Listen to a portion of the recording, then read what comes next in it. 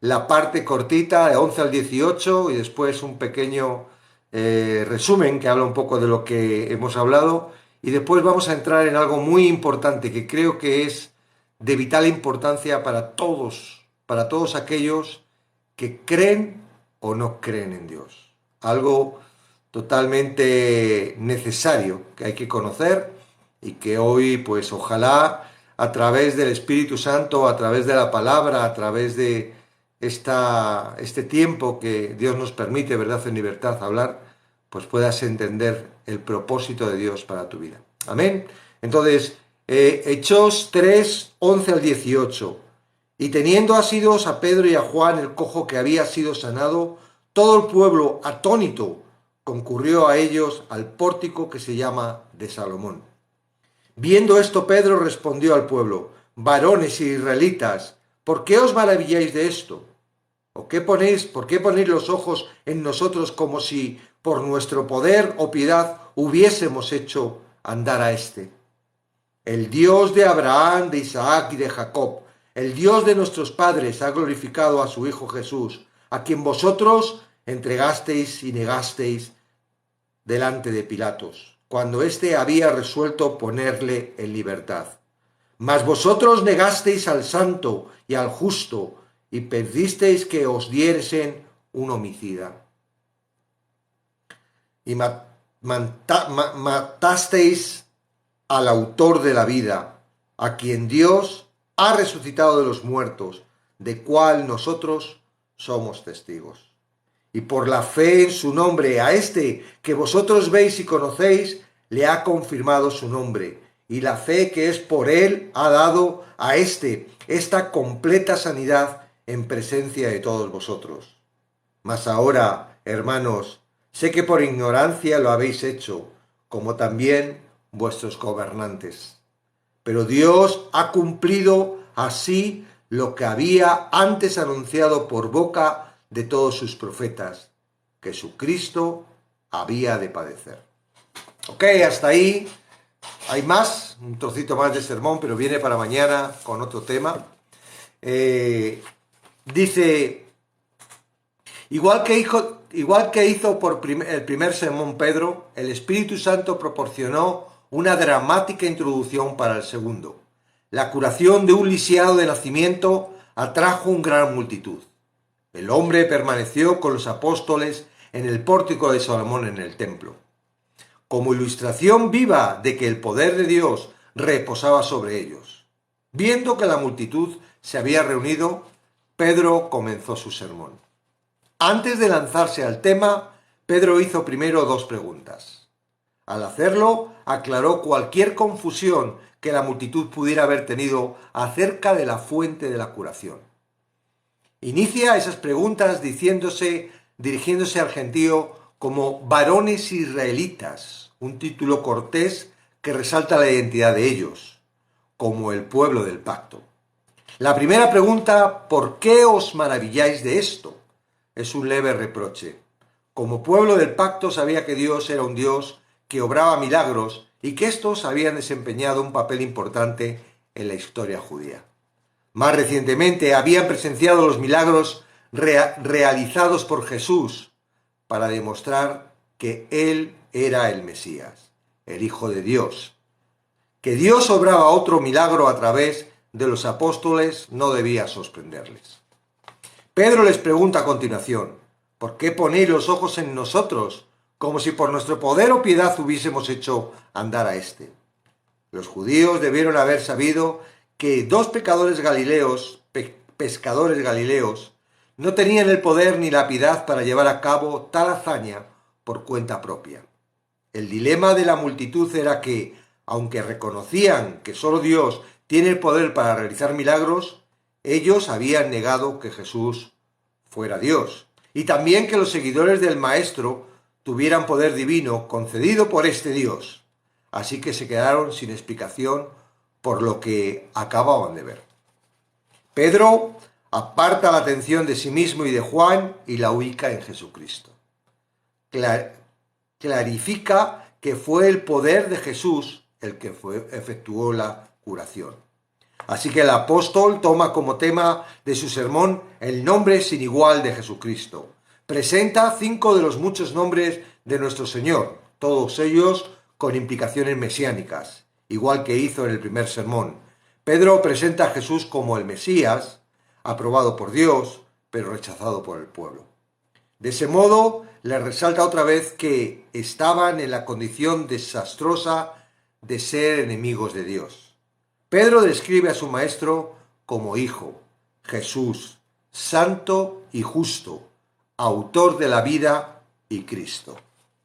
Puesto que su mensaje estaba dirigido principalmente a israelitas, Pedro elige una descripción tocante de Dios, la imagen de Dios como el Dios de Abraham, de Isaac y de Jacob, y del Dios nuestro Padre destaca otra vez el pacto fiel hacia Israel. Al usarla, Pedro reclama continuidad con los apóstoles del Antiguo Testamento, ya que está declarando al mismo Dios que ellos predicaron y al Mesías que prometieron. Jesús es la forma griega del nombre hebreo Josué, que significa el Señor es mi salvación. Según se indicó, este es el nombre más común de nuestro Señor en el Nuevo Testamento. Primero se le reveló a José, cuando el ángel le manifestó. Llamará su nombre Jesús, porque él salvará a su pueblo de sus pecados. Por supuesto lo estamos diciendo en español, la traducción de lo que es en hebreo, ¿vale? O en arameo. En consecuencia, al mismo Jesús, a quien Jesús glorificó, ellos lo entregaron y lo negaron delante del Pilatos, cuando éste había resuelto ponerle en libertad. Pilatos estaba muy consciente de que la crucifixión era una evidente injusticia. Declaró inocente a Jesús no menos de 6 veces. Reiteradamente trató de liberarlo. Incluso su esposa reconoció que Jesús era inocente. Pedro confronta valientemente a sus oyentes con la enormidad del pecado que cometieron al ejecutar a su Mesías. A fin de resaltar la culpa de ellos, Pedro repite la acusación de que negaron a Jesús, el santo y justo, delante de Pilatos. Peor aún, pidieron que les dieran un homicida.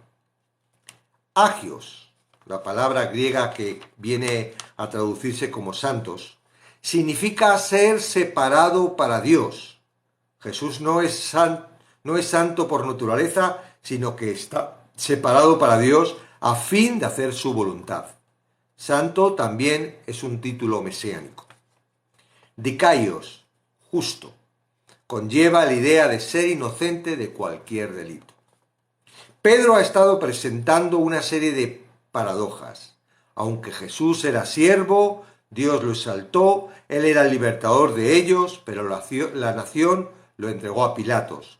Rechazaron al santo y justo a favor de un homicida impío e injusto. Ahora Pedro llega a la mayor paradoja de todos los asuntos. Matasteis al hacedor de la vida, mientras a cambio pidieron la libertad de uno que había quitado la vida a otros. Sin embargo, la predicación no termina con la muerte del autor de la vida. Al verdadero estilo apostólico, Pedro agrega la nota resonante de la resurrección. Jesús, el autor de la vida, fue a quien Dios ha resucitado de los muertos, de lo cual tanto Pedro como los demás apóstoles eran testigos. La culpa de los judíos era enorme, pero su homicidio fue inútil. No solo que Jesús estaba vivo, sino que el milagro también estaba hecho por la fe en su nombre. La fe a la vista aquí no es del mendigo, sino de Pedro y de Juan. El versículo 17 señala una transición en el sermón de Pedro. Primero declaró culpables a los judíos de rechazar y ejecutar al Mesías. Luego, comenzando con el versículo 19, proclamó la necesidad de arrepentimiento. En medio de esto, en los versículos 17 y 18, el apóstol les ofrece esperanza. Al dirigírseles como hermanos, se identifica con ellos como compañero judío y se coloca a su nivel, mostrando amor y preocupación por ellos. Pedro les ofrece la posibilidad de perdón porque actuaron por ignorancia. Quizás está aludiendo a la distinción del Antiguo Testamento entre pecados voluntarios y pecados cometidos por ignorancia. Sin duda, la ignorancia de ellos era inexcusable, ya que la evidencia de que Jesús era el Mesías estaba clara por el Antiguo Testamento, por las palabras y las obras de Jesús y por su muerte y resurrección. No obstante, ninguno de los ofensores estaban lejos de alcanzar la gracia de Dios si se arrepentían y se volvían a Cristo. Pedro asegura a sus oyentes que el rechazo y la ejecución del Mesías no frustraron los planes de Dios. La crucifixión, por impensable que fuera para ellos que les sucediera al verdadero Mesías, no alteró para nada el programa de Dios y tampoco descalificó a Jesús como el Mesías. Dios había antes anunciado por boca de todos sus profetas que su Cristo había de padecer y esa profecía se había cumplido ahora. Pedro presenta a un nuevo Señor como Hijo Jesús, santo y justo, autor de la vida, y Cristo. Condena a sus oyentes por repudiarlo, negarlo y ejecutarlo. Ellos debieron haber estado preguntándose cómo lo hiciera la multitud en el día de Pentecostés. ¿Qué haremos? En la segunda parte de su sermón, Pedro les da la respuesta. Su sermón es un ejemplo clásico de cómo presentar el Evangelio.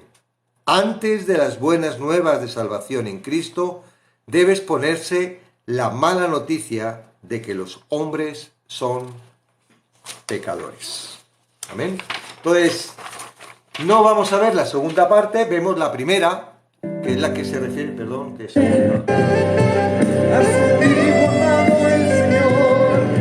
Quiere ponerse la música.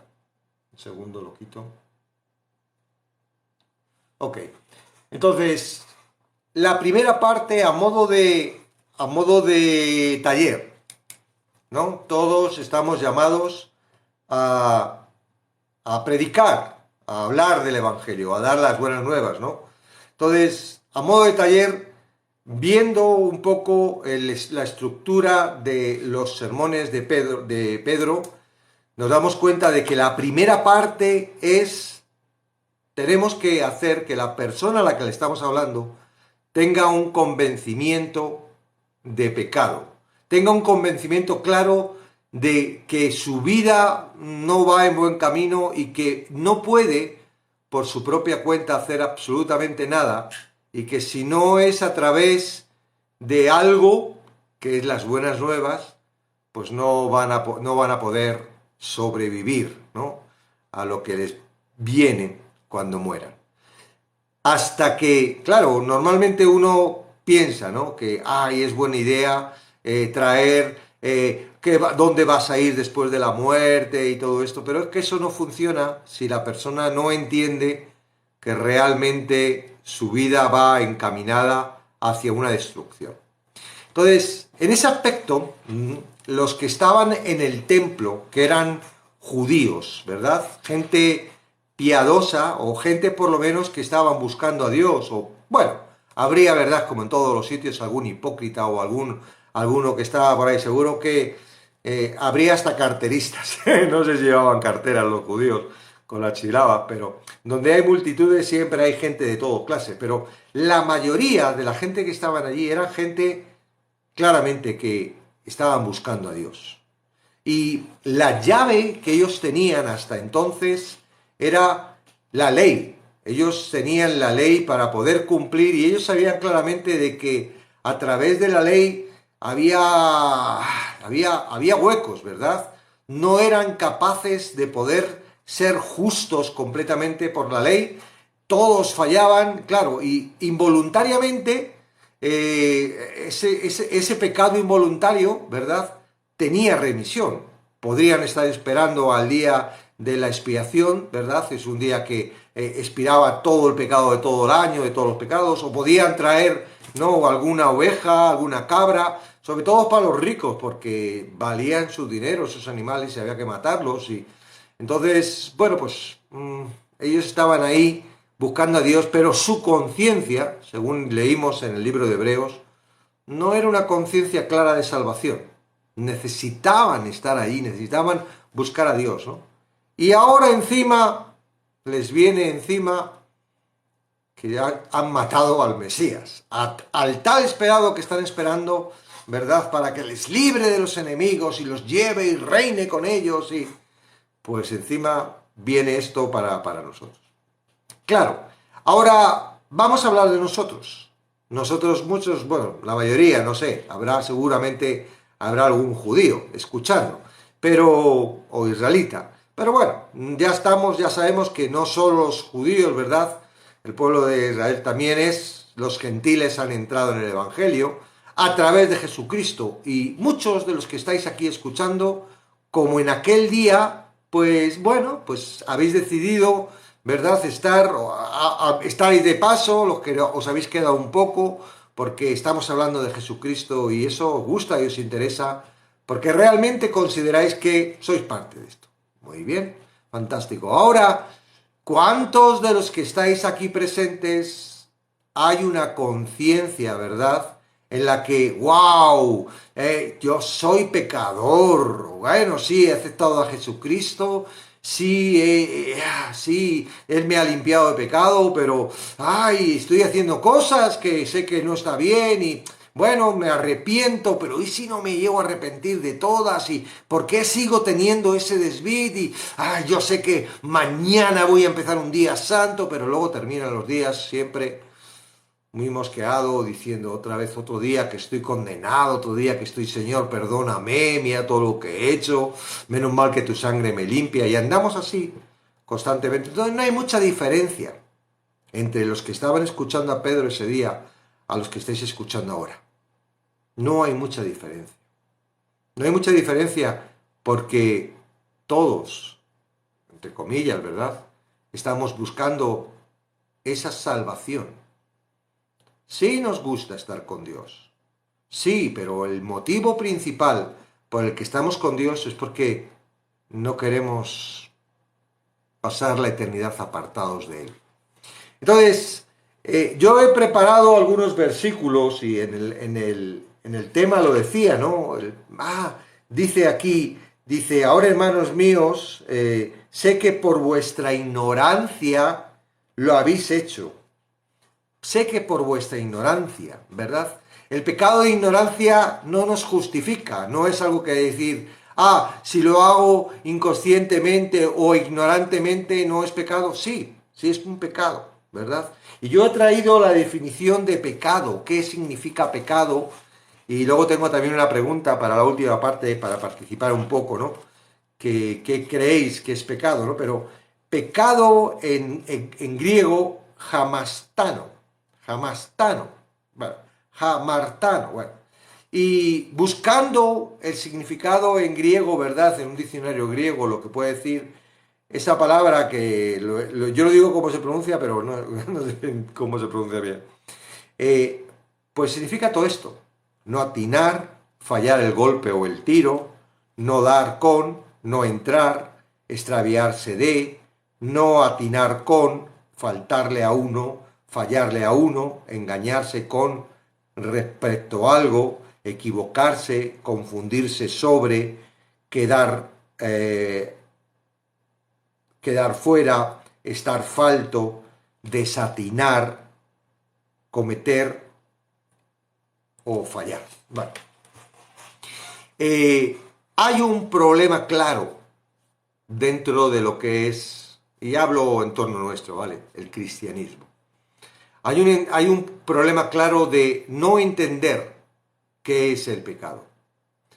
Si vamos a los orígenes, donde comienza esto, ¿verdad?, porque dice que no es que nosotros seamos pecados por lo que hacemos, ya venimos con un pecado heredado, que algunos dicen, vaya, la herencia que nos ha dejado Adán y Eva, ¿no? Pero Entonces, si vamos a los orígenes y vemos, en los orígenes no había normas. Bueno, había una norma, ¿verdad? No comas de ese arbolito.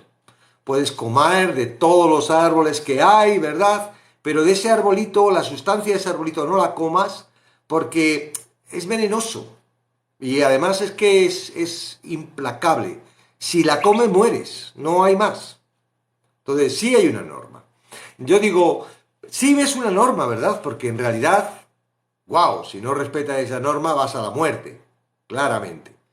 Nuestra terquedad y nuestra ignorancia nos hace que nos lleva a la muerte, ¿verdad? ¡Ay! Lo hice sin querer, es que me engañó la serpiente o... Yo digo, más bien es una advertencia de Dios con respecto a una sustancia. Y esa sustancia clara es algo que nos aparta de Dios. Es algo que nos hace creer que nosotros somos capaces de poder vivir independientes de Dios. Y sí, podemos vivir independientes de Dios. Es más, todos nacemos en esa condición, por eso dice que todos estamos apartados de Dios. Nacemos de una condición apartada. Claro, cuando eres niño, la naturaleza viene, por eso que tiene la naturaleza, el corazón les dice, quiero esto, papá quiero esto, y se ponen a patear y son capaces de hasta clavarte un cuchillo. Si le dejas un cuchillo cerca, no tienen una conciencia, un conocimiento de lo que están haciendo, pero lo que se están dirigiendo es por su propia naturaleza de querer lo que su corazón quiere. Esa es la naturaleza pecaminosa. No hago lo que Dios me dice que tengo que hacer, hago lo que yo quiero. La base del pecado tiene que ver con esa separación con Dios. Como yo estoy separado con Dios, no tengo otro remedio más que dirigirme a través de mi corazón. Claro, al principio cuando somos niños o bebés, nos dirigen nuestros papás, pero estamos deseando cumplir la mayoría de edad para hacer lo que nos da la gana. ¿Por qué? Porque nuestros padres, claro, nos aman, esto no te viene bien, esto no lo hagas, no, esto está mal, esto... Pero uno dice, bueno, va, qué tonterías, anticuado, pasado de moda, va, escarrozas, no, yo puedo, ya, esto no pasa nada, si esto es divertirme, ¿por qué lo va a hacer mal? No importa, ¿qué pasa? No hago daño a nadie, es mi vida y puedo hacer con ella lo que yo quiero y nos caminamos. Entonces, el problema de base del pecado es que al estar apartados de Dios no hay otra forma que caminar bajo la dirección de nuestro corazón. Pero es que nuestro corazón no va dirigido por nosotros. Nuestro corazón lo dirige un ser que tiene mucho poder y que le han dado poder para poder dirigir las vidas de los humanos. Le han puesto el título de príncipe y tiene todo un ejército, una cuarta parte del cielo. ¿Y cuántos ángeles puede haber en el cielo? Mira las estrellas, imagínate que cada estrella es un ángel, una cuarta parte de las estrellas que puedes imaginar que hay en el cielo. Cayó. ¡Pum! Y están dando la lata, dirigiendo por permiso de Dios, dirigiendo las vidas de todas las personas que están apartadas de Dios. ¿Qué culpa tenemos? No, ninguna. Es nuestra condición. Mira lo que dice Génesis 5. Génesis 5 es la genealogía de Adán. Y dice, este es el libro de la genealogía de las generaciones de Adán. El día en que creó Dios al hombre, a semejanza de Dios lo hizo. Adán era a semejanza de Dios. Al comer del fruto del arbolito, perdió la semejanza, porque era verdad que moría. No era una mentira, como pensaba Adán y Eva, como les había dicho la serpiente que iba a ser mentira. No, era una verdad. ¿Qué? ¿Cómo que murieron? No murieron, sí. La semejanza de Dios en ellos murió.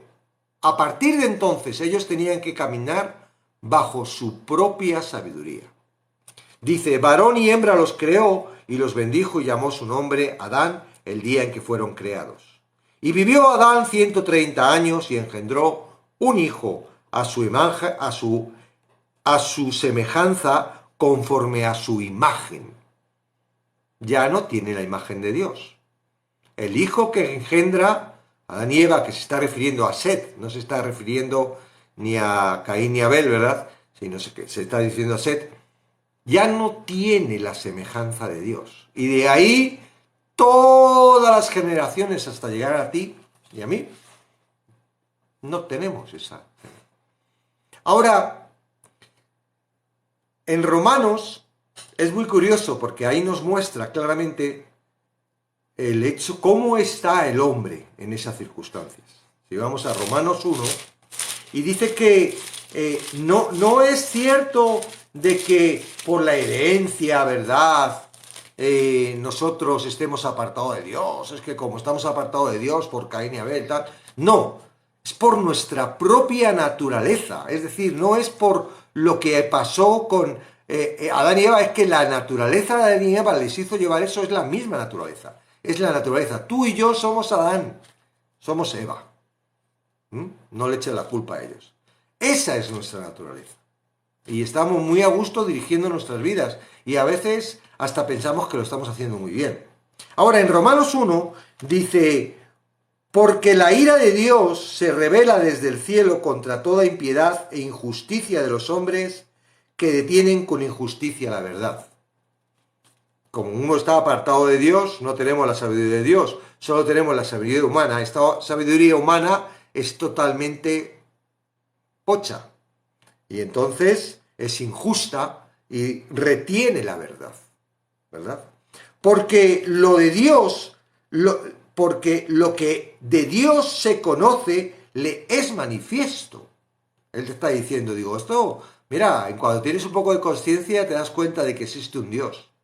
Sí, hay muchos que se comen el coco y elaboran un sistema muy bueno y muy razonable de que Dios no existe y que son razonamientos humanos. Pero dice la palabra que porque lo que de Dios se conoce le es manifiesto que Dios se lo manifestó. Porque las cosas invisibles de Él, su eterno poder y deidad, se hace claramente visible desde la creación del mundo, siendo entendidas por medio de las cosas hechas. Por eso cuando hablamos con los ateos, ¿verdad?, les decimos, vamos a lo creado. ¿Cómo? ¿Quién creó todo esto? Si hay un orden, ¿quién creó el orden? O sea, está hablando claramente de Dios, ese orden, ¿verdad? De modo que no tienen excusas. Ok, ya nos está diciendo de que nuestra condición es porque nosotros queremos. Es porque nosotros queremos. Estamos apartados de Dios voluntariamente, porque Él se manifiesta a nosotros en cuanto tenemos conciencia a través de las cosas hechas. Pues, habiendo conocido a Dios, no le glorificaron como a Dios, ni le dieron gracias, sino que se envanecieron en sus propios razonamientos. Y su necio corazón fue entrenebrecido. Profesando ser sabio, se hicieron necios y cambiaron la gloria de Dios incorruptible en semejanza de imágenes de hombre corruptible, de aves, de cuadrúpedos y de reptiles.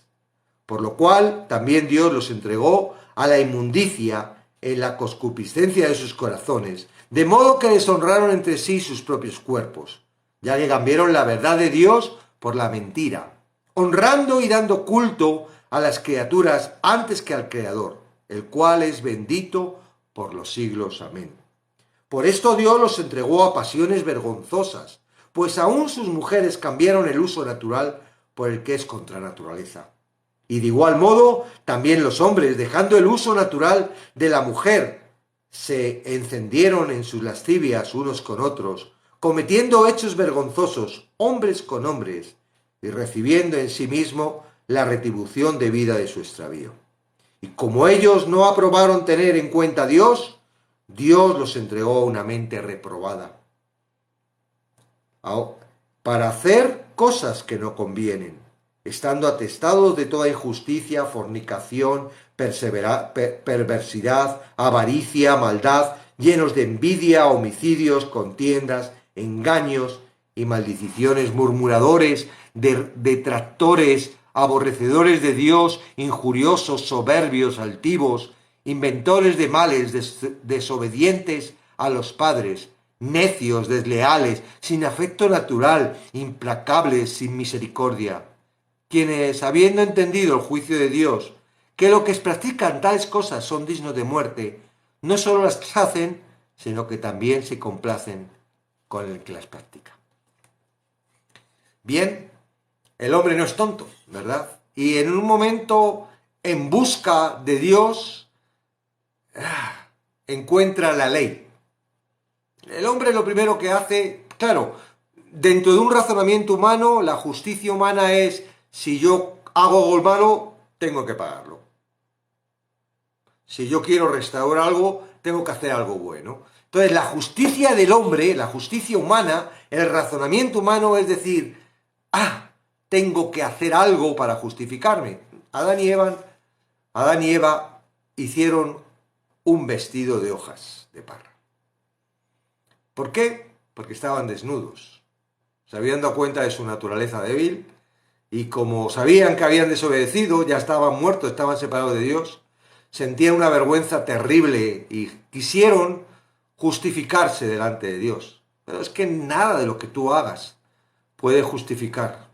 Porque no podemos. Claramente no somos capaces de poder justificar nuestra falta. Y Dios lo sabe. Pero Dios tenía un plan desde el principio. ¿Okay? Bien, dentro de este sistema Dios coloca la ley. ¿Por qué? Porque el hombre es muy terco y se cree que puede llegar al cielo por su propia sabiduría y por su propia fuerza. Y ahí vemos, ¿verdad?, la construcción de la Torre de Babel, que Dios tuvo que cambiar porque estaban unidos los hombres, estaban unidos, cosa que ahora en la iglesia no lo estamos, fuera de la iglesia y en el mundo, estaban intentando llegar al cielo por su propia cuenta a través de la ciencia, ¿verdad? Claro, con piedras es muy difícil hacer una torre muy alta, pero cuando descubrieron el ladrillo digo, wow, con esto vamos a hacer una torre al cielo. La ciencia, ¿no? Entonces, Dios dijo, bueno, les voy a mostrar a estos que son incapaces, porque si no se dan cuenta que son incapaces, van a seguir siendo tan tercos y tan torpes que no van a buscar mi misericordia. El plan de Dios era Jesucristo desde el inicio, desde la caída. Pero los hombres creyeron que la salvación venía a través de la ley. Mira, si vosotros cumplís esto, yo os bendigo. Pero en cuanto incumpláis una cosa, vais a ser malditos. ¿Queréis ese pacto? Y todos dicen, sí, vamos a hacerlo. Porque así somos los humanos. ¿Cuántas veces te has levantado o te has acostado pensando que al día siguiente vas a poder por tu propia cuenta ser santo, verdad? Me voy a levantar, voy a orar, voy a leer, voy a estar pendiente de lo que Dios quiera, voy a hacer todo bien, no voy a fallarle a Dios, hoy voy a terminar el día diciendo, oh, qué bien he estado hoy. Y termina el día hecho polvo, ¿verdad? Señor, lo he intentado, pero yo no sé por qué. Somos tercos, creemos que podemos y no solo creemos que podemos, sino que encima mandamos a los demás que lo hagan. Tenéis que ser santos, tenéis que esforzaros, tenéis que dejar de hacer lo malo. Y ahí anda todo lo que es la religiosidad y todo lo que tiene que ver con las obras y con la ley. Ahora, claramente, y lo dice la Biblia, lo dice en Romanos, Dios da la ley para que nos muestre el pecado.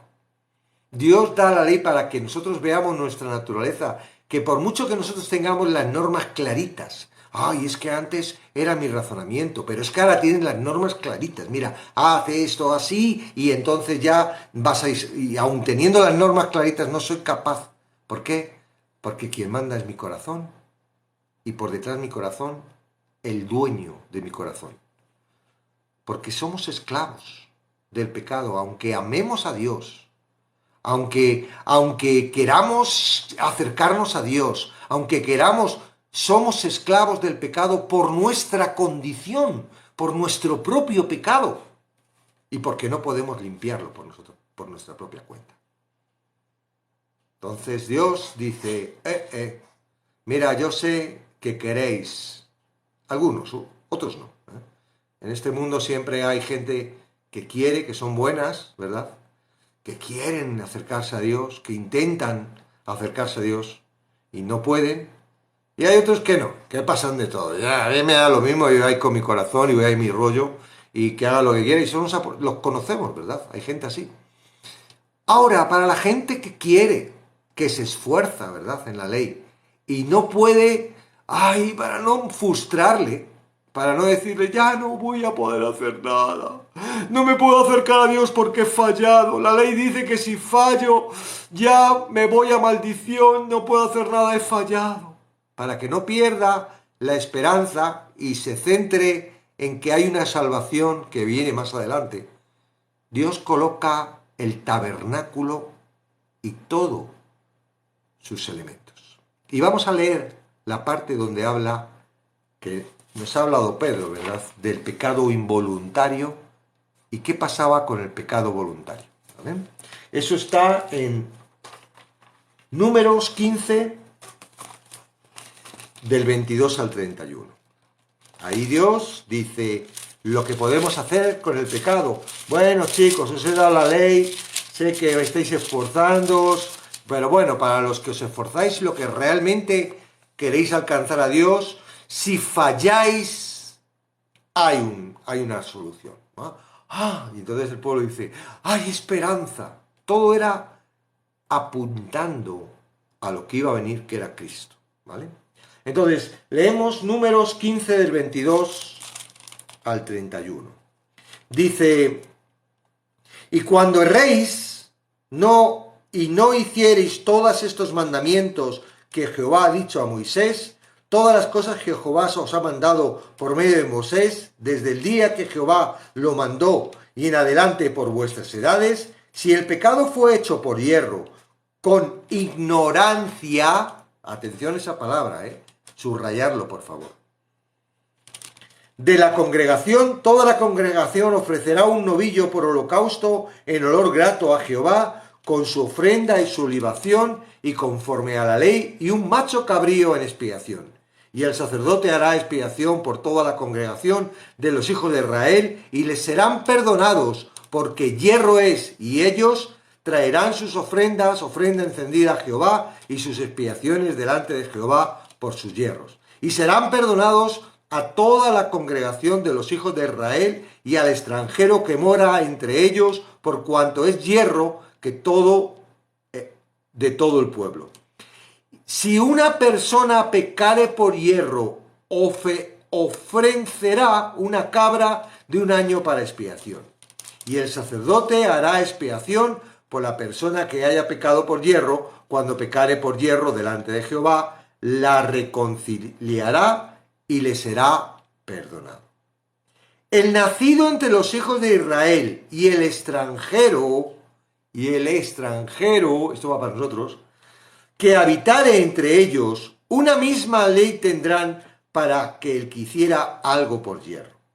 Mas, la persona que hiciera algo con soberbia, así el natural como el extranjero, ultraje a Jehová, esa persona será cortada de en medio de su pueblo, por cuanto tuvo un poco de palabra de Jehová y menospreció su mandamiento, enteramente será cortada esa persona, su iniquidad caerá sobre ella. ¿Ok? ¿Qué está diciendo esta palabra con respecto a nosotros? Está diciendo, todos los que estaban allí en el templo cuando Pedro eran pecadores. ¿Por qué? Porque no habían aceptado a Jesús, lo habían matado. Involuntariamente, aunque no lo decidieron, nadie salió en defensa suya. Y si estaban allí, claramente no estaban en la iglesia, ¿verdad? Porque solo estaba Pedro y Juan que habían subido al templo. Eran pecadores, ¿por qué? Porque por su propio pecado, la única forma de expiar su pecado de inocencia era a través. Ahora, ¿cuál es un pecado de inocencia? Mira, todo pecado, Cristo vino para perdonar todo pecado. Mañana vamos a hablar de este arrepentimiento. Hay un arrepentimiento. Tú puedes haber hecho el pecado más gordo voluntario que hayas querido hacer. Puedes haberlo repetido 1000 veces. Tú tienes remisión de pecados. ¿Por qué? Porque lo has hecho porque eras esclavo del pecado. Tu propia naturaleza y el que te está esclavizando te ha hecho hacerlo. Ah, pero si yo ya he aceptado a Jesucristo y sigo pecando, bueno, todavía tienes remisión. Porque si todavía sigues atrapado en el pecado, si todavía sigues haciendo pecados voluntarios, si todavía estás pecando conscientemente, sabiendo de que lo que estás haciendo está mal y lo haces, creyendo que puedes arrepentirte y que Dios te va a perdonar, perdón, eso es una mentira muy gorda. Es una mentira muy gorda que muchos pastores y muchos líderes de iglesias tendrán que arrepentirse. Porque la palabra de Dios dice claramente que para esos pecados, una vez que tú has entrado y has creído y has visto, vamos a verlo, Hebreos, por 2 veces lo dice en Hebreos, Hebreos 6:4, Hebreos 6:4.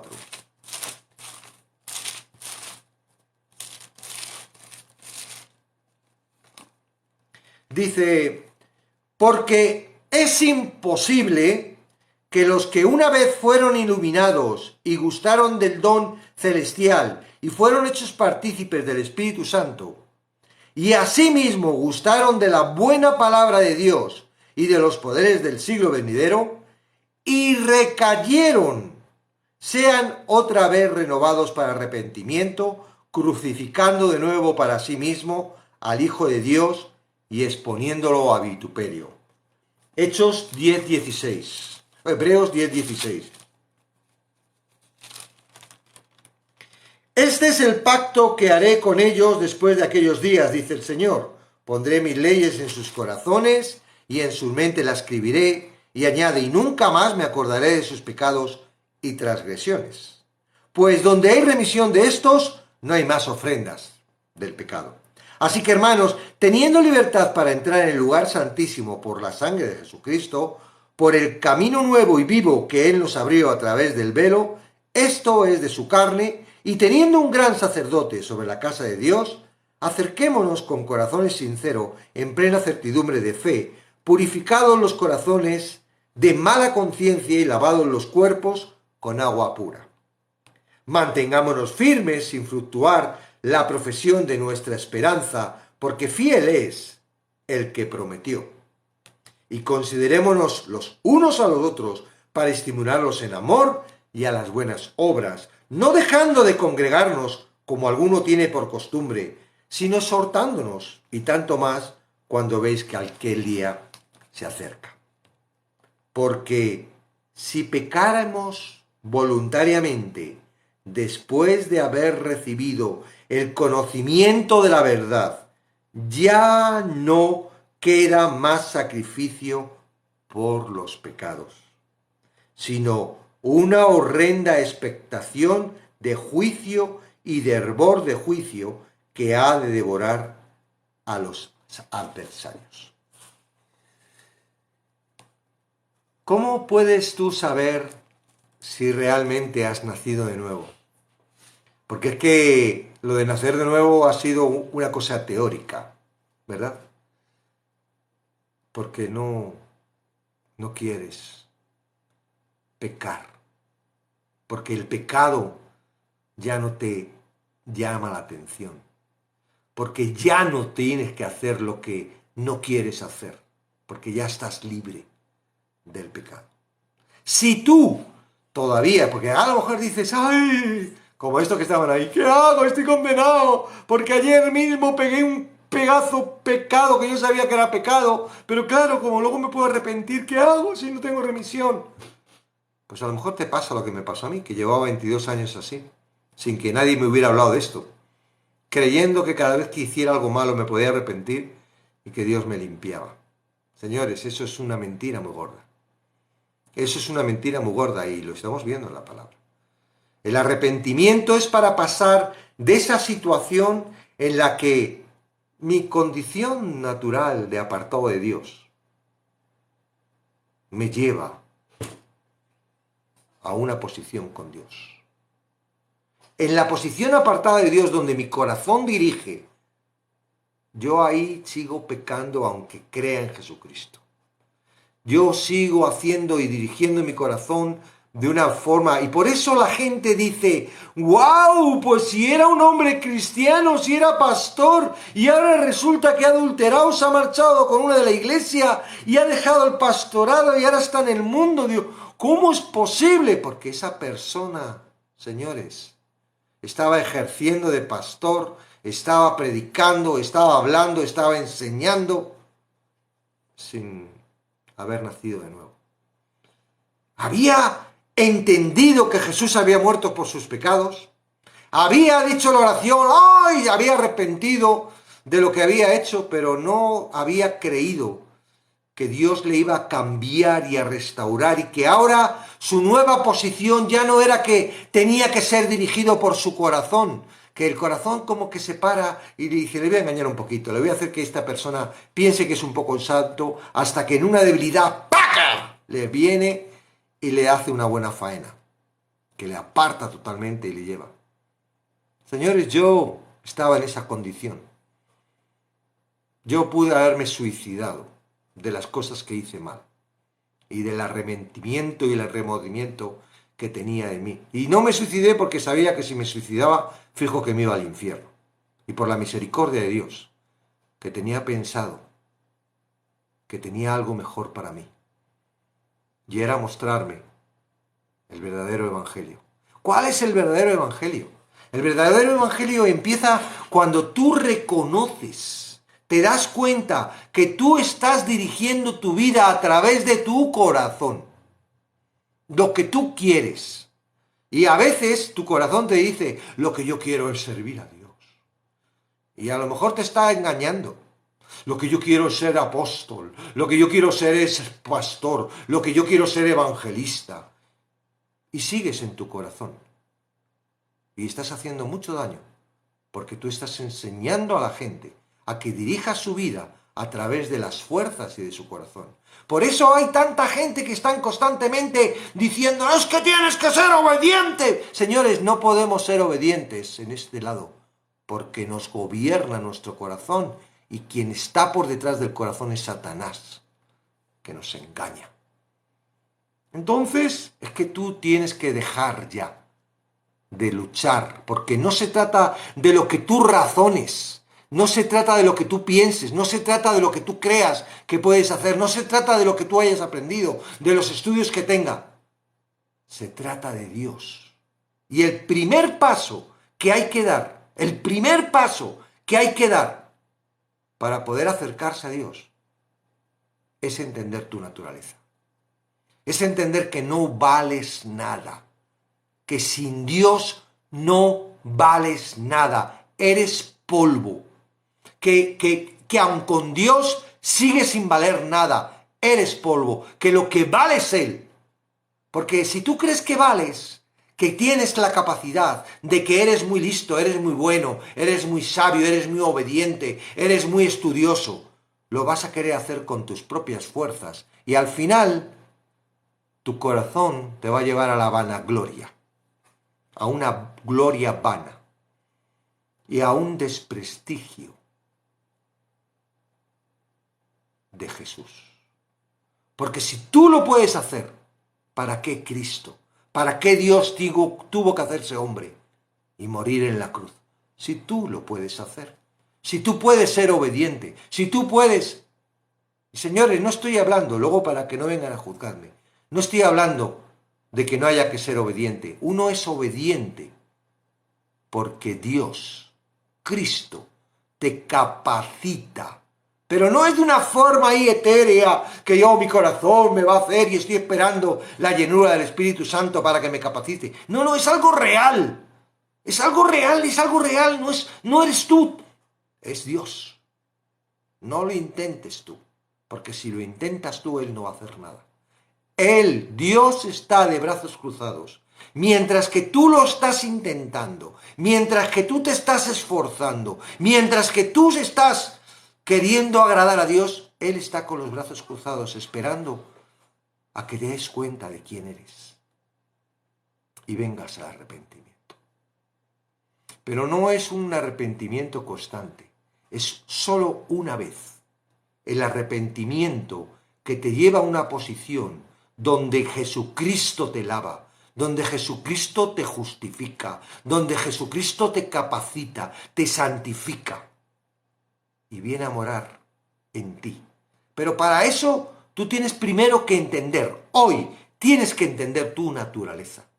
Y si tú quieres hablarle a alguien del Evangelio, tendrás que primero que él entienda su naturaleza. Mientras que no entienda su naturaleza, no avances.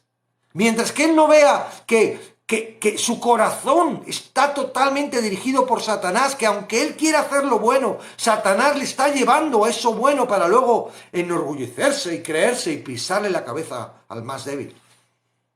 Claro, parece que es todo esto que estoy diciendo, pero ponte a pensar. Ponte a pensar todas las cosas que has hecho en la última semana. Ponte a pensar en el último año. Ponte a pensar en qué piensa tu corazón. Ponte a pensar en tus limitaciones. Ponte a pensar en todo lo que no puedes, porque para eso es la ley. Para que te des cuenta de quién eres. Ahora, cuando uno cree que la misericordia de Dios, que la justicia de Dios... Señores, Dios no es hombre. Sus pensamientos son superiores a nuestros pensamientos. Sus caminos son mayores que nuestros caminos. No podremos nunca igualarnos al pensamiento de Dios.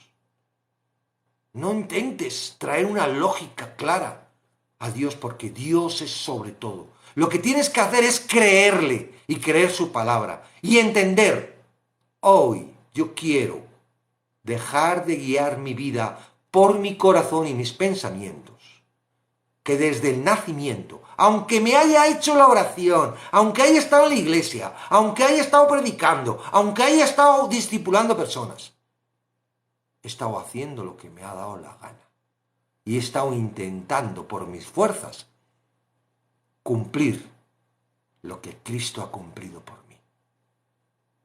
Y experimenta una nueva etapa en la que dices, wow, porque ahora tendrás que pasar y serás bebé. Has nacido de nuevo. Sí, yo me avergonzaba cuando decía, después de 22 años y he nacido ahora. Entonces, ¿qué ha pasado antes? ¿Por qué? Pero yo entiendo ahora que he nacido. ¿Por qué? Porque ya no me dirige mi corazón, ya no me dirige mi carne, ya no tengo las tentaciones, ya no tengo la... Claro, vienen errores y Satanás es muy astuto, ¿verdad? Quiso tentar a Jesús. Claro, es muy astuto y nos hace caer en pecados de ignorancia. ¿Por qué estás en la iglesia? ¿Por qué estás en la iglesia? ¿Por miedo a donde vayas cuando mueres? ¿Para que Jesús te ayude en tu vida y todas tus dificultades se arreglen y se resuelvan? Porque tienes una educación religiosa y has entendido de que esta forma, los evangélicos o los católicos, es la mejor forma de acercarse a Dios y te encuentras realizado y crees que de esa forma Dios tiene un aprecio y te está viendo y diciendo, oh, hijo mío. ¿Por qué? ¿Por qué? Hasta que tú no entiendas de que tu naturaleza, tu ser, es de Él. Ahora, claro, cuando estamos apartados, ¿no? Porque estamos apartados, nos movemos a través de esto, pero por el esclavizador. Claro, no tienes a uno con un látigo, ¿eh? No se presenta, es mentiroso, pero te manipula y te lleva hasta el suicidio, si puede, para que no te encuentres a Cristo. Porque Él a sus hijos los destruye. Porque no son ni hijos, son esclavos para hacer daño a Dios. Porque está muy dolorido, porque no pudo convertirse en Dios. Bueno, ahora, cuando tú pasas, yo el día que Hubo una transformación en mi vida. A mí no me habían dicho nada.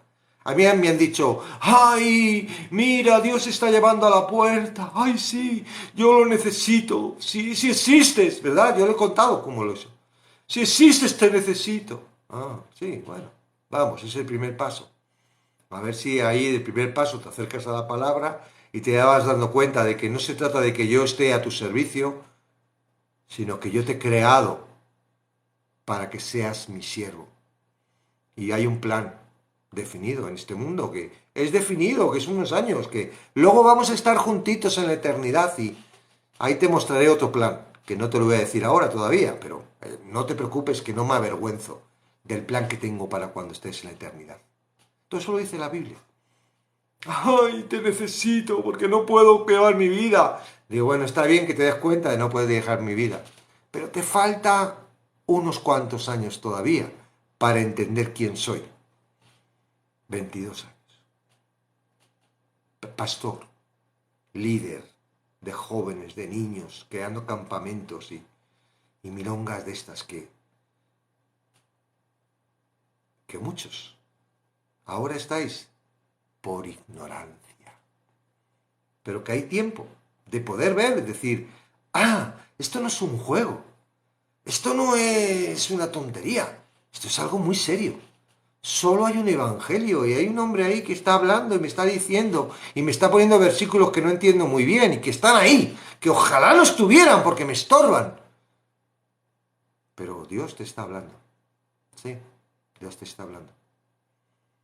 Entonces, yo descubrí en Romanos 6 que a mí me dijeron, ¡ay, Jesús ha muerto por tus pecados! ¡Te hace libre del pecado! Yo soy libre del pecado. ¡Wow! Ahora el Espíritu Santo está en ti y te va a ayudar a que tú hagas lo que quieras. ¡Ay, lo que quiera Él! ¡Sí, el Espíritu Santo está en mí! Y puedes orar para que el Espíritu Santo venga con poder en ti. Que no lo pone en ningún sitio de la Biblia, ¿verdad? Todo esto me decían. Y yo andaba ahí con mucho afán y mucho querer, y yo no entendía por qué no, y ahora es el tiempo, y por qué ese sí, yo no. Parecía que el pastor que lo decía, parece que estaba súper ungido, ¿verdad? Porque siempre estaba, ¡ay, qué hermanos! ¡Ay, cómo me encuentro en el Espíritu! ¡Qué tiempo he tenido con el Señor! Y yo digo, yo no lo tengo. Él lo tiene. A tener.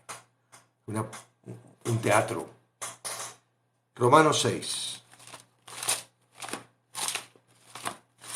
Romanos 6, y se ofenden como hay algunos, señores, lean la Biblia, Romanos 6. Entonces yo leyendo, Romanos 6 es increíble, la verdad es que todo Romanos es increíble, pero Romanos 6, ¿no? Dice, siervos de la justicia, vamos a leer desde el 15, dice, ¿qué pues? ¿Pecaremos porque no estamos bajo la ley, sino bajo la gracia? En ninguna manera. Digo, no, ¿va a pecar? El que quiere pecar es porque todavía es esclavo del pecado, es lo que quiere. Y encima quiere, intelectualmente, ¡ay! ¡Puedo pecar! ¡Me ha salvado Jesús! ¡Ay! Aunque peque no pasa nada. No, señores. No estás salvo. No has nacido de nuevo. Sigues estando preso. Controla a ver qué te pasa. En ninguna manera. ¿No sabéis que si os sometéis a alguien como esclavos para obedecerle, sois esclavos de aquel a quien obedecéis? Sea del pecado para muerte, o sea de la obediencia para justicia. Dos posiciones. Estoy aquí en el pecado, estoy sirviendo para muerte. Estoy en la justicia, obediencia para justicia. Vale, pero gracias a Dios que aunque erais esclavo del pecado, habéis obedecido de corazón aquella forma de doctrina a la cual fuisteis entregados. Y libertados del pecado, vinisteis a ser siervos de la justicia. Hablo como humanos, yo hasta ahí no me he enterado de nada, pero bueno. Hablo como humanos por vuestra humana debilidad, porque así como para iniquidad presentasteis vuestros miembros para servir a la inmundicia, ¿verdad? Y a la iniquidad, así ahora, para santificación, presentar vuestros miembros para servir a la justicia. A mí me parece como que está diciendo, uy, tengo que ser santo, ¿verdad? Y ahí viene otra vez la mente ahí machacando, vamos, ponte a hacer obras, ponte a ser santo y tal. Pero eso es la mente, porque la palabra todavía no te ha dicho nada. Está diciendo del resultado. Pero vamos a ello. Porque cuando eres esclavo del pecado, eres libre acerca de la justicia. Pero, ¿qué fruto teníais de aquellas cosas de las cuales ahora os avergonzáis? Porque el fin de ellas es muerte. Mas ahora que habéis sido libertados del pecado, soy libre del pecado, ¿verdad? Y hechos siervos de Dios, hechos siervos de Dios. Ahora, en la época en la que vivimos, la palabra siervo no tiene mucha connotación, ¿verdad? Siervo, soy siervo, ay, soy un siervo de Dios, ay, el siervo de Dios, decimos, ¿verdad? Cuando vemos a una persona, a un predicador, ¿no? O a alguien que está sirviendo, el siervo de Dios. ¿Verdad que esa connotación? Pero ahí está puesto, es una palabra, ser siervos no es ser otra cosa. Tú o eres siervo o eres libre para hacer lo que te dé la gana. O eres siervo o eres un mal siervo, que no estás haciendo lo que tu Señor quiere, sino lo que tú crees. Porque uno no es mal siervo porque sea malo. Uno es mal siervo porque no hace lo que el Señor quiere. Y no es justificado que diga, ay, es que pensé que era lo que tú querías. No, no, perdona. Tú eres mi siervo, me tienes que servir. Yo soy tu Señor. El siervo no es mayor que su Señor. El siervo no es mayor. El siervo tiene que obedecer al Señor. Entonces, cuando yo digo aquí, digo, oye, es porque a mí no me dijeron que mi posición ahora era de siervo y que lo primordial que tenía que tener para poder guiar mi vida como siervo es que tenía que escuchar a Dios. Yo escuchaba mi corazón. Yo oraba y quería que Dios me hablara en mi mente. Mi corazón a veces me decía, ay, haz esto, que es lo mejor que puedes hacer para el Evangelio. Y yo hacía caso a mi corazón. Y resulta que luego, cuando empiezo a investigar, engañoso es el corazón más que cualquier otra cosa. Nada bueno puede salir del corazón. Y resulta que yo creía que a través de mi corazón estaba sirviendo a Dios. No, perdona. Y eso es el error. Entonces, define lo que para Dios es pecado. Tienes que entender lo que para Dios es pecado. Porque tú no puedes estar en un lugar cometiendo pecado constantemente y constantemente creyendo que estás en el otro lugar. O estás en el pecado o estás como siervo de Dios. Ay, es que es tan difícil porque lo quieres hacer con tus fuerzas. Te reto a que dejes de hacer lo que estás haciendo y dejes que Dios haga su obra. La obra, Dios es suficiente. Lo que Cristo empieza, Él lo termina. Tú no. Lo hace Él. Pero si tú no le dejas, Él no puede. Porque, ¿qué es lo que tú haces? ¿Qué es lo que hace Él? Hay una competencia. Esto lo he hecho yo. Ah, esto lo ha hecho Él. Esto lo he hecho yo. Oh, qué bien. Qué agradable para Dios. Cómo huele. Señores, estoy hablando de algo muy, muy, muy crítico. Estoy hablando de un error muy gordo que está en las iglesias. Estoy hablando de que hay muchas personas que no han salido de la esclavitud del pecado, que siguen luchando. ¿Por qué? Si Él me hace libre, ¿por qué tengo que luchar? Es porque hay algo que no has entendido. La mentira está ahí, está trabajando, y si tú no crees que Jesucristo, que Dios es suficiente para tu vida, si crees que tú tienes que hacer las cosas, tú no estás creyendo al Espíritu Santo. Tú estás ofendiendo al Espíritu Santo. Ay, sí, lo estoy haciendo inconscientemente porque no es mi intención. Ya lo sé. Y es lo que Pedro está diciendo en este discurso. Señores, todavía estáis a tiempo. Arrepiéntanse. Vean su condición. Vean que estáis todo el día intentando jugar a ser ¿qué? Religiosos. ¿Jugando a ser qué? Santos. ¿Jugando a ser qué? No, tú eres santo por lo que hizo Cristo, no por lo que tú haces. Ay, pero es que hago cosas muy malas. Claro que haces cosas muy malas porque estás atrapado. Tú tienes que liberarte. ¿Cómo te liberas? Creyendo. Creyendo. Es por fe. ¿Creer qué? Que Jesucristo te ha lavado, te ha justificado, te ha limpiado. Que si tú crees que la obra de Jesucristo te hace justo, te hace santo, te hace perfecto en Él, que a partir de ahora es Él que te va a llevar. Claro que no tienes ni idea de cómo lo vas a hacer, porque hasta ahora solo habías vivido tu vida con tu corazón. Y habías hecho caso a tus pastores, que está muy bien hacer caso a los pastores, que está muy bien hacer caso a la iglesia. Pero señores, hay que hacer caso a la palabra. Porque si estás en una iglesia equivocada, si estás en una iglesia que te están mandando cosas que no son, pues tendrás que darte cuenta de alguna forma. ¿Cómo te das cuenta? Ah, por el TikTok. No, señores. Hay que darse cuenta por la palabra. ¿Y cómo empiezas? Detectando que hasta ahora tú no estás en una posición correcta con Dios.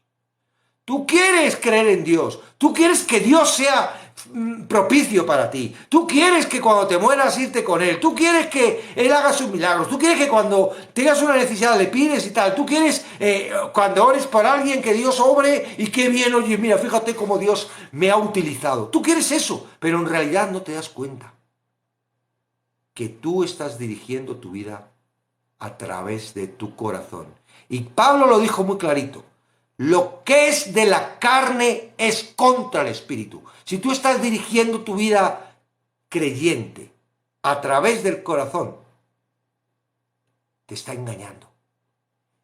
Te está engañando. Lee, hay un libro muy bueno, yo lo recomiendo siempre, del de Narnia, el que escribió el libro de Narnia, ¿verdad? C.S. Lewis. Las cartas de Satanás, del sobrino a Satanás. Léelas. Es tan astuto. Es tan astuto. Ah, mira, la religión está creada por Satanás. Satanás ha creado la religión para que creamos que estamos en el sitio correcto y no descubramos la verdad.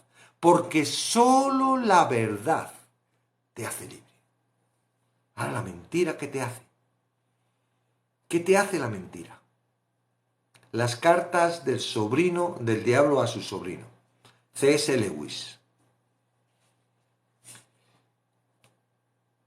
Tengan cuidado. Ahora, tú estás intentando llevar personas a Cristo y a veces uno, ¿verdad? Solo dice lo bueno que es Cristo, pero no dices las cosas que no cuadran en tu vida, ¿no? Todos esos momentos, porque cuando estás hablando a alguien de Jesucristo, parece que Jesucristo te hace todo y que no tiene ningún problema, ¿verdad? Pero cuando vas a la iglesia, son todos problemas, son todo dudas, son todo temores, son todo... Señores, la vida de Cristo es otra cosa distinta. Los cristianos, los que estamos viendo aquí, las verdaderas personas que habían creído en el evangelio correcto, eran capaces de entregar su vida. No les importaba que les colocaban como antorchas en el patio. Señor, dentro de unos minutos o yo no sé, voy a estar contigo. Señor, que este sufrimiento que voy a tener cuando enciendan la antorcha, Señor, sirva para agrado tuyo y estoy contigo. ¡No les importaba! Y sin embargo nosotros estamos como locos el día que me duele la cabeza o viene una factura que no puedo pagar. O que mi hijo está suspendiendo. No. El mundo nos está arrastrando. El mundo nos está llevando a una situación en la que solo quiere que observemos el mundo. Es toda una mentira. Señores, son una mentira. Dejen de ver la televisión, es mentira todo lo que ven en la televisión. Es todo un elemento de manipulación para manipularnos, para llevarnos. Y está gobernado por el que maneja el mundo. Que no es que haya ahí un director que es cristiano. No, no. Que en la televisión no hablan de Dios y que aún las cadenas cristianas están errando y están soltando un evangelio falso. La vida cristiana es otra cosa distinta. La vida cristiana es levantarse y decir, wow, Señor, un día más que tienes previsto para mi vida. ¿Cómo voy a ver tu gloria hoy? ¿Cómo te vas a manifestar en mi vida? ¿Qué me vas a mostrar de lo que soy, de lo que hago mal? Y tú diriges mi vida, tú eres todo. Y sí, tengo que ir a trabajar, sí tengo mi familia, sí tengo que... Señor, ayúdame porque soy polvo y tu poder, tu palabra dice que tú me ayudas. Y claro que nos equivocamos, claro que nos equivocamos. Y en cada equivocación Dios nos enseña. En cada equivocación subimos un escalón de la fe. Abraham se equivocó, David se equivocó, todos los santos, y si ves son equivocaciones que les llevan a un lugar donde es la confianza en Dios. No lo que yo hago, lo que Él hace en mí.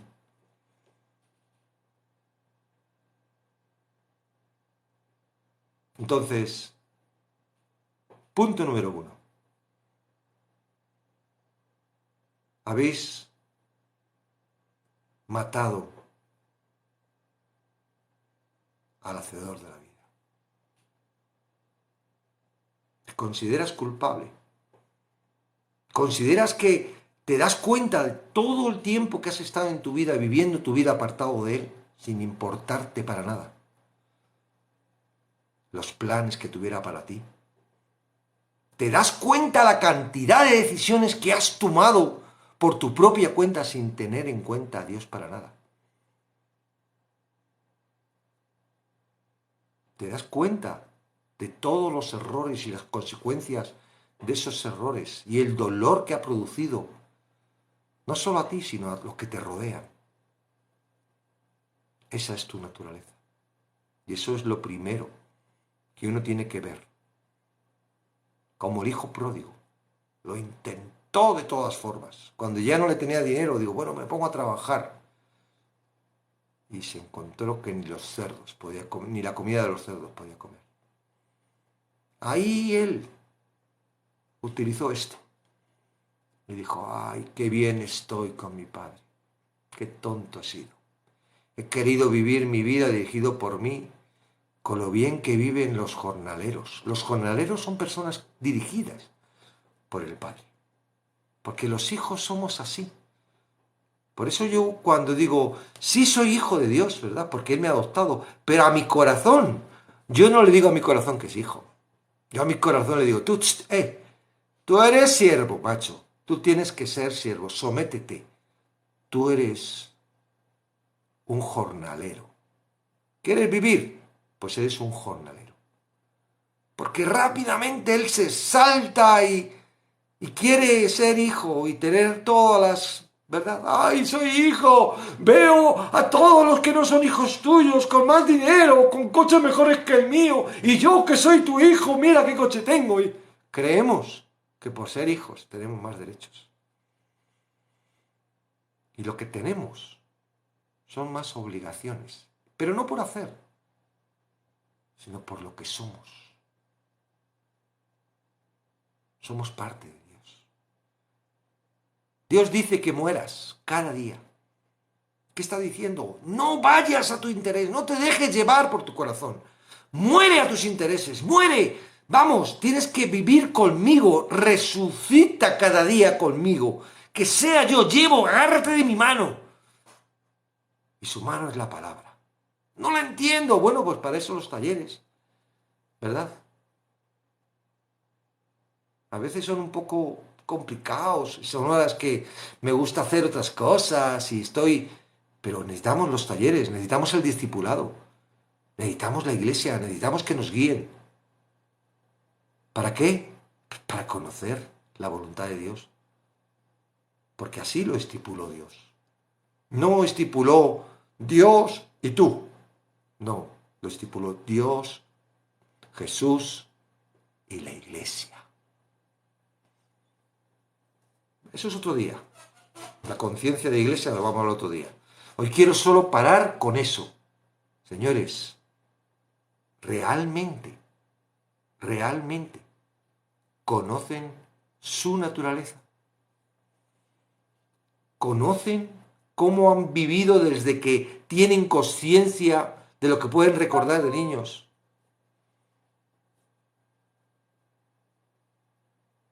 Tienen que meditar en eso.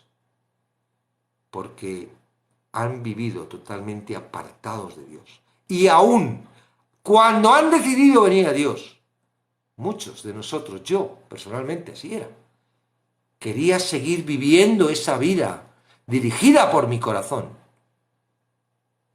Y así me iba. Seguía atrapado por el pecado. Amén.